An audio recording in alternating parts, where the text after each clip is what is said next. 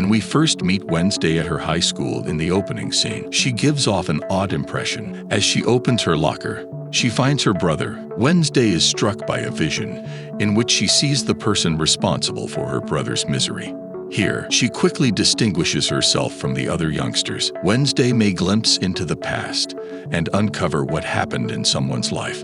As she entered the swimming pool, she carried 2 sacks. She then does nothing except watch the ferocious piranhas swim about in the pool. As the evil youngsters try to flee, Wednesday makes it quite clear that she is the only one who targets her brother and that no one else does. Wednesday's parents, Morticia and Gomes, are introduced to the audience in the following scene. The 2 sets of parents are fed up with their daughter's disobedience. It has been discovered that every student at this college has extraordinary talents.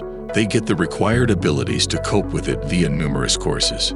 Morticia and Gomes are a couple, are also graduates of the same university, implying that they have abilities as well as their educational background. Meanwhile, a walker may be seen walking alone into the woodland near Nevermore Academy. He was unlucky in that he was taken out by a weird entity and perished after just a few minutes. After some time has passed, the local sheriff finds the mutilated body and quickly starts scouring the surrounding area. It has come to our knowledge that this horrible murder is not the first of its kind. There have been a handful of occurrences recently that are similar to one another. The next day, Wednesday, the youngster attends school. According to Principal Larissa Weems, Nevermore is a well-oiled machine. She introduces her to her roommate and assists her in getting in touch with her. Enid is a horrible being who is very different from Wednesday in every way, and whose side of the room is adorned with clusters of brightly colored things. Wednesday, on the other hand, is a major admirer of all things dark and gloomy. Enid performances are planned for later in the day on Wednesday.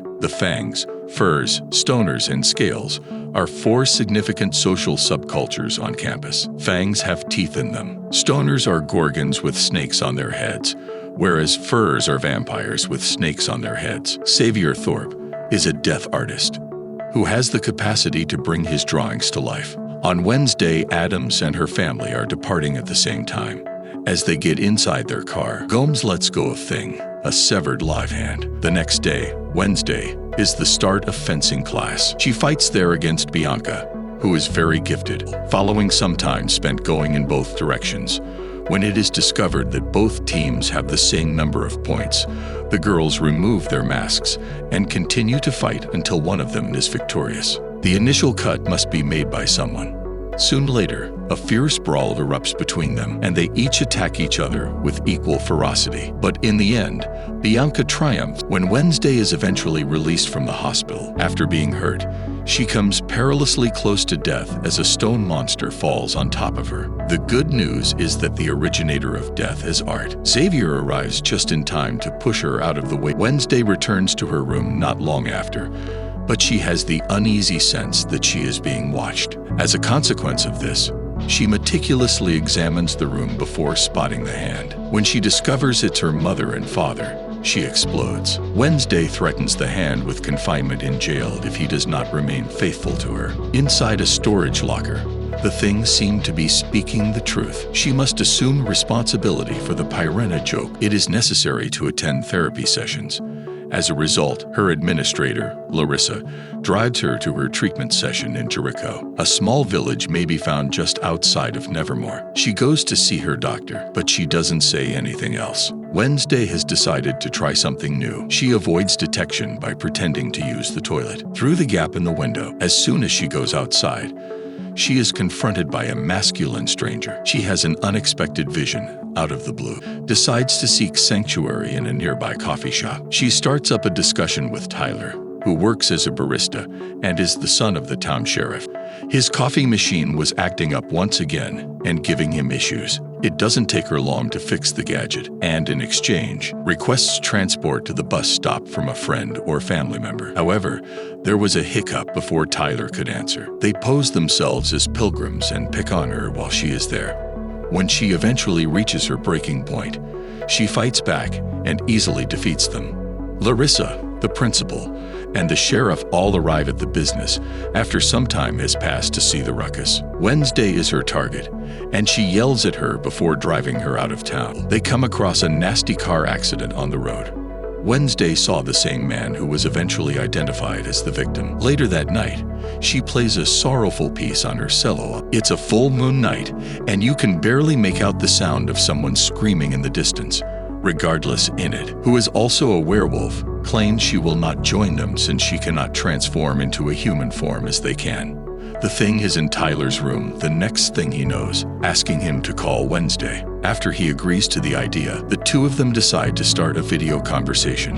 She wants nothing more than to get out of the facility. Despite this, the goth youngster finds a way to catch up to Tyler. They were almost at the exit when Wednesday was accosted by one of her other friends, and Wednesday has a vision as a consequence of her interaction with him. Rowan died as a consequence of a particularly horrific crime. He was murdered after being beaten. She undergoes various alterations as a result of her dread. She had a change of heart and chased him to deliver her message to him, but before she had a chance to respond, ties her up on a high-rise tree. Then, according to his statements, his mother, a great seer, predicted the destruction of the Nevermore Academy 25 years ago. As a consequence of this, Rowan feels that murdering her is the only way to prevent anything terrible from happening.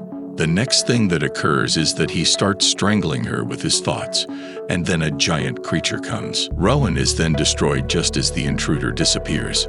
Wednesday is at the top of his priority list. The sheriff and the other cops search for Rowan's body, but are unable to find it. The sheriff does not believe the allegations made against him on Wednesday as expected. A horrible thing is attacking Rowan, but Rowan thinks the assailant is a Nevermore student. The truth that Rowan is still alive is disclosed to us throughout their talk. Larissa, the director, informs her that Rowan has been dismissed from school for reasons she is unaware of. Wednesday goes with Plan B and assigns Thing the task of keeping Rowan safe. Rowan is last seen at the railway station, with Thing close behind. After a brief look around, he silently makes his way to the toilet to change his appearance. Into the face of an old person, Thing is ignorant of the changes that occur since he loses track of him. This exhibits her ability to change her appearance.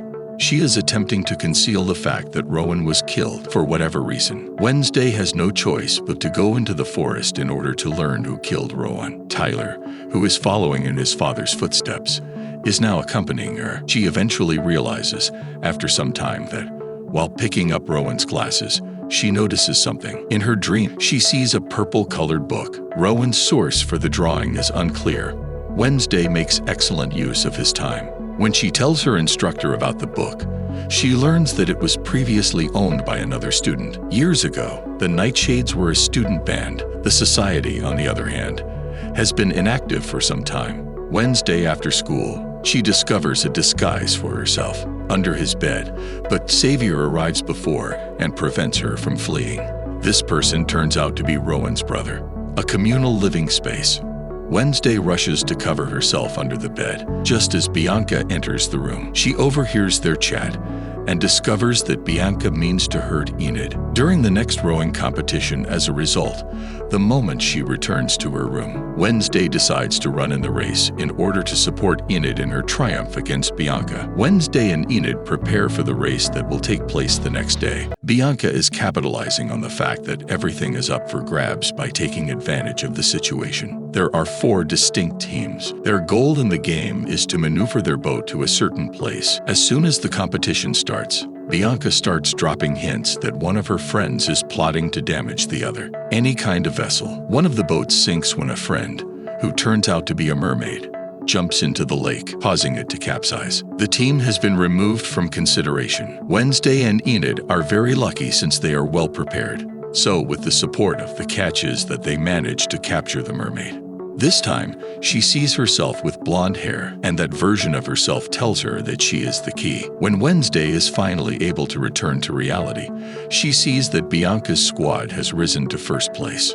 She and Enid are going to indulge in some shady activities, since they refuse to yield. They make use of Bianca's cunning to attain their objectives, and finally triumph over the competitors. The principal then presents the prize to the winning group. Larissa hands out the Poe Cup to Enid, is incapable of withstanding it. She needs attention, so she visits Edgar Allan Poe, and she suddenly spots a sign positioned underneath the stone book he is holding in his palm. Rowan signed his name with the same sign he gave her on the picture he handed her before leaving. Wednesday quickly figures out the answers to all of the book's problems. He learns a piece of information after 2 snaps. When the hallway door is opened, a secret room may be seen. While she is there, Wednesday enters Rowan's book, but she is unable to continue because a black bag has been put over her head. The sack will be removed soon, and when it is, she is now surrounded by Bianca, Xavier, and a few other youngsters, the members of the Nightshades group, despite the fact that the organization had been divided earlier. Principal Larissa replaced it in its original spot in stealth mode. Xavier extends an offer to Wednesday to join their group,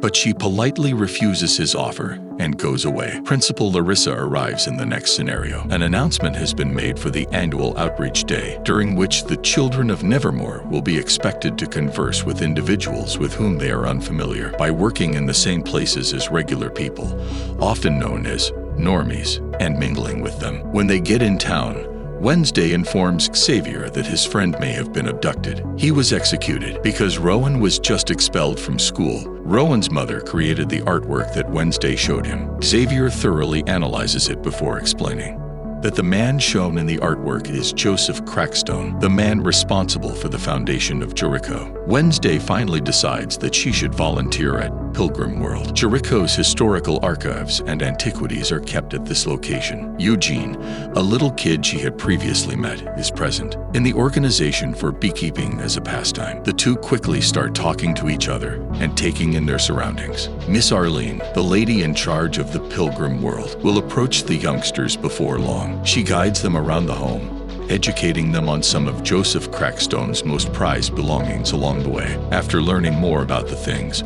Wednesday discovers that they are the initial forms of farming equipment. Even the family's chamber pot was taken away. She has a tremendous desire to work there, but she is unable to do so because of his being fixed right now. Instead, they will all collaborate to make fudge at Ye Old Fudgery.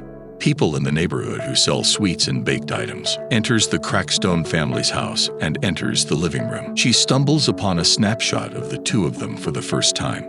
The house where the girl from her vision, the young woman, was observed clutching a book. She suspects it is a forgery since the leaves are hollow. Arlene, who was in charge of everything. Wednesday inquires about Arlene's first book, and she seems hesitant to respond. Tyler and Wednesday had another encounter at the restaurant. The next thing you know, Wednesday and Thing are out in the woods, looking for Joseph Crackstone's house. They eventually succeed, and they come upon a destitute man. The creature grabs his neck and scares him into escaping. Wednesday was hit with inspiration out of nowhere. For her quest, she goes 400 years back in time. The blonde female she chatted with in the previous scene may be seen here. The locals have crowded around the small girl, dubbing her the Devil's Offspring. Soon, standing amid the crowd, Joseph Crackstone refers to her as Goody Adams and thinks she is a witch. She will be executed in a barn among other people found guilty, including her own mother. Goody responded by accusing them of stealing their property, killing innocent people, and doing other crimes, stripping them of their peace of mind. Joseph, who is enraged, the barn was on fire. Nothing Goody does works to bring her mother out of jail. Finally, after all of that, she was stuck. Therefore, the only way out was via a trap door. Soon later, Goody approaches her and tells her that Joseph will be unable to attend the event. Put a stop to his mission until he has eliminated all of them. As a consequence of hearing this, Wednesday will now rise. Thing hears her enlarged vision and is kept up to date on everything. They both instantly realize the same thing. Rowan, who was approaching them from behind. She continues to follow the traces, which start to resemble those of a person. This proves that the monster was always a human in disguise. She then rushes to Xavier and tells him everything that has happened, the way she saw it. He wants to check the tracks, but the rain has totally washed them away. The following day, everyone in town comes to the center square to see the public unveiling of a new figure. Joseph Crackstone's efforts are acknowledged. Things go wrong, however, when, in line with Wednesday's directions, the flames have set fire to the statue. Wednesday's eyes sparkle with delight as the rest of the group flees in horror. As she plays the cello with breakneck speed and passion, Principal Larissa blows her stack on Wednesday after some time has passed. Many others believed she was solely to blame for what had happened. The teenager, though, believes that he has not breached any regulations. Instead, she tells Larissa that she will be unable to identify the bleeding, disfigured corpse. As he continues to photograph the site with his camera, the horrible thing attacks him after a while had gone by. When the sheriff and his team arrived at the wooded ruins where the homeless man had been hiding out, he was already dead. When all of the pictures were completed, when the sheriff studies the murderer's face, he sees a monster beyond his wildest fears.